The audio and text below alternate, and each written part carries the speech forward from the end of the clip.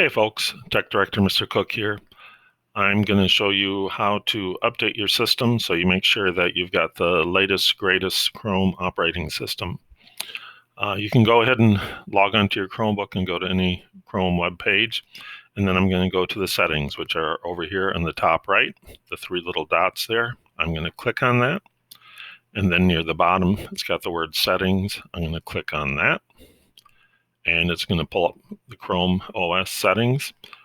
I'm going to click on About Chrome. And then over here it says to see if your device is up to date. Click on that.